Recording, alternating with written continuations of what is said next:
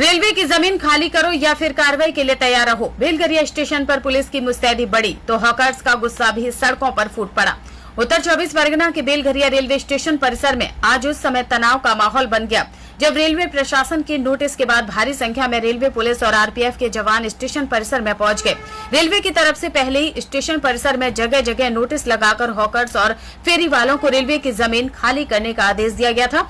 निर्धारित समय सीमा खत्म होते ही आज पुलिस बल अचानक स्टेशन पहुंचा और वहां दुकान लगाकर रोजी रोटी कमाने वाले हॉकर्स से सीधी बातचीत शुरू की गई। पुलिस अधिकारियों ने कानून व्यवस्था बनाए रखते हुए शांतिपूर्ण तरीके से जमीन खाली करने की अपील की। साथ ही साथ चेतावनी दी गई कि अगर अतिक्रमण नहीं हटाया गया तो कानूनी कार्रवाई की जाएगी। लेकिन रेलवे के इस उच्छेद अभियान के खिलाफ अब विरोध की आवाज भी तेज हो गई है। वामपंथी संगठन सीटू पूरी तरह हॉकर्स के समर्थन में मैदान में उतर आया है। स्टेशन परिसर में सीटू के बैनर तले जोरदार प्रदर्शन और नारेबाजी की गई। प्रदर्शनकारियों का आरोप है कि बिना किसी वैकल्पिक पुनर्वास के गरीब दुकानदारों को हटाना उनके परिवारों की भूख छीनने जैसा है।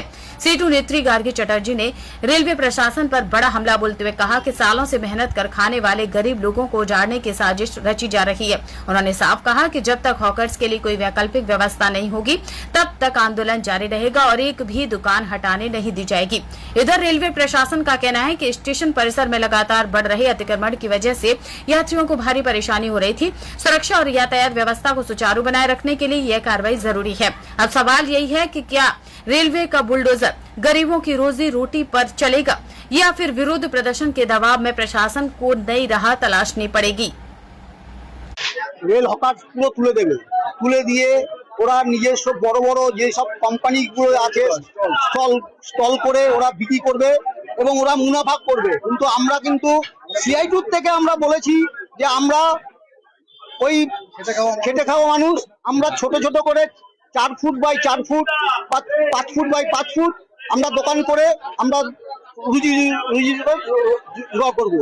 এটা আমাদের সঙ্গে ওনাদের কথা হয়েছিল, কিন্তু ওনারা মানতে চাচ্ছেন না। ওনারা সেই বড় লোকদের, সেই আদানি আম্বানি, এদেরকে স্বার্থ দেখতে চাচ্ছে।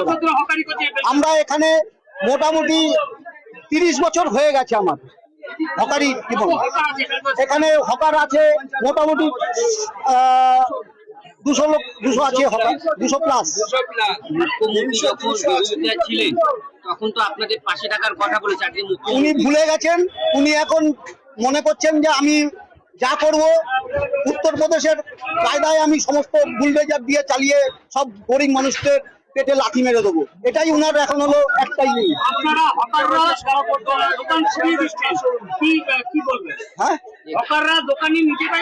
হ্যাঁ, যারা বন্ধ রেখেছে, দীর্ঘদিন ধরে বন্ধ রেখেছেন, তাদের দোকানগুলো সব সরিয়ে দেওয়া হচ্ছে এবং যারা দোকান করে না, উন্নয়নের জন্য, রেলের উন্নয়নের লাইন হওয়ার জন্য আমরা সেই দোকানগুলোকে ভেঙে দিচ্ছি এবং তুলে নিচ্ছি।